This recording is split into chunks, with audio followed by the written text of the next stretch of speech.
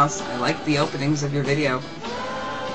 Dealing with Sundays, live and up front.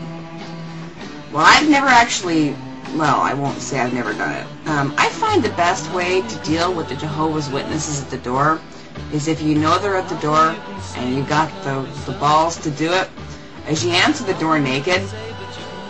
And for someone like me, that usually causes them to run screaming the other way, gouging forks in their eyes. But